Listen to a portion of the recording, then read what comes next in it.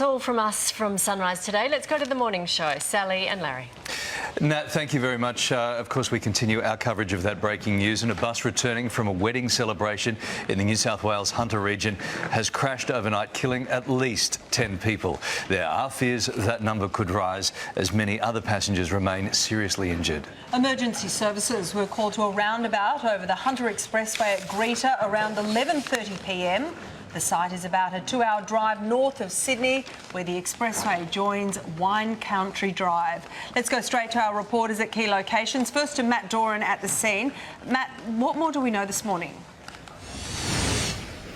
Sal, what has unfolded here in Hunter Valley Wine Country, to be honest, is almost beyond comprehension.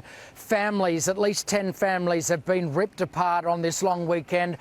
10 confirmed dead, many more injured. 25 were taken to hospital, and I understand just in the last little while a few of those survivors have been taken to Sydney as well. They will be receiving the best possible treatment, and to give you an idea of some of the injuries, just gruesome. A number of amputees, I'm told, so that number of 10 dead, I really do fear that that is likely to rise. How on earth did this happen in this area? That is what the families are asking this morning. That is what police are asking this morning. The 58-year-old driver of the bus, well, he is in a police station not far from where I'm standing now, suffered only minor cuts and bruises.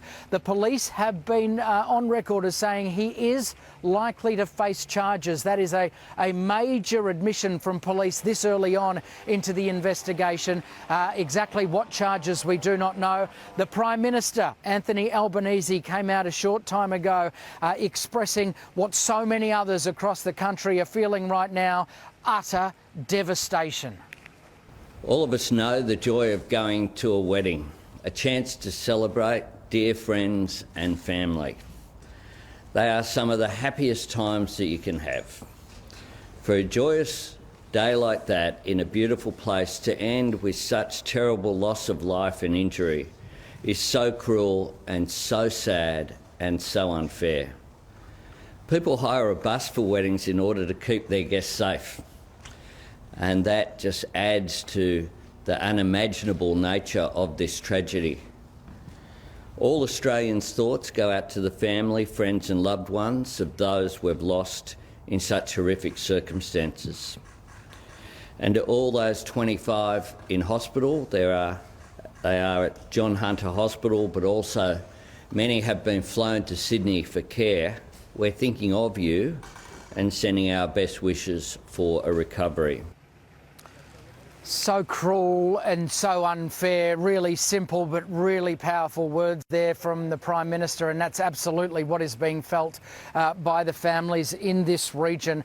Grief counsellors, trauma counsellors have been called in to try to do the best they can to contain the explosion of grief from the families here. That is going to be a really difficult process, but spare a thought too for the first responders here.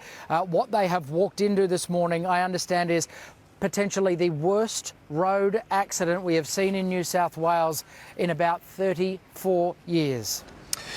All right, Matt, thank you very much for that. Liam Tapper is at John Hunter Hospital in Newcastle, keeping a close eye on this through the night and as the sun comes up this morning. Liam, as Matt just pointed to then, one of the worst bus crashes the state's seen in decades.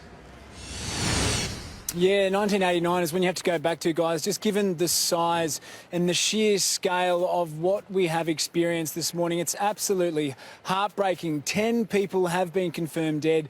11 people were rushed to hospital. One of those here, John Hunter Hospital. It's the largest trauma hospital here in the Hunter, New England region. We have some of the best surgeons in the area trying to save these people's lives, along with the RPA in Sydney. A number of people have now been taken there for life-saving surgery as well. So you can only imagine what those families are going through right now, those people who are still unaccounted for, the unknowns that they may be asking at this point as to whether their loved ones will survive this horror crash. A number of people were also taken to both Maitland Hospital and the Mater Hospital. It's another local hospital here in Newcastle, but those people, they were treated for minor injuries. Now, as Matt said, the police have spoken this morning and there are a number of charges pending, but we've also spoken to ambulance paramedics paramedics, those first responders who were on the scene. Let's have a listen to what they both had to say this morning.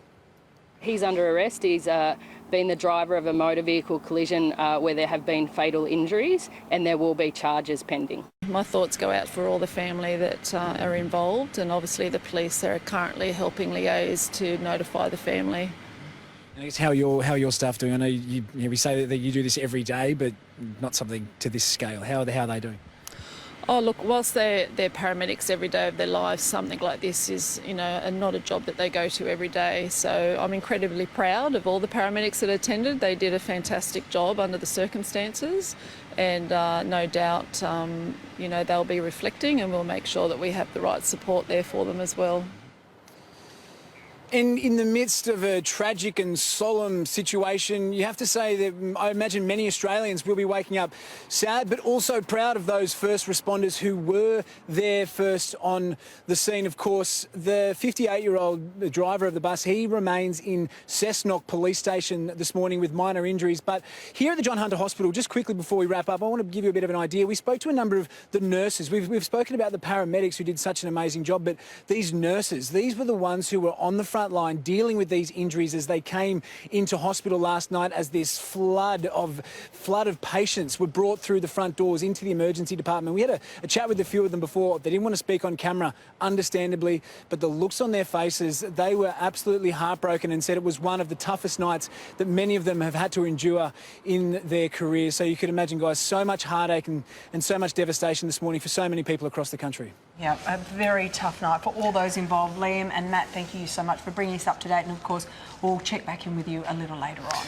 All right, let's move on. And in some lighting news, more than 1,000 outstanding Australians are being recognised today as part of the King's Birthday Honours, and among them are leaders in medicine, emergency services, plus stars of the screen and stage.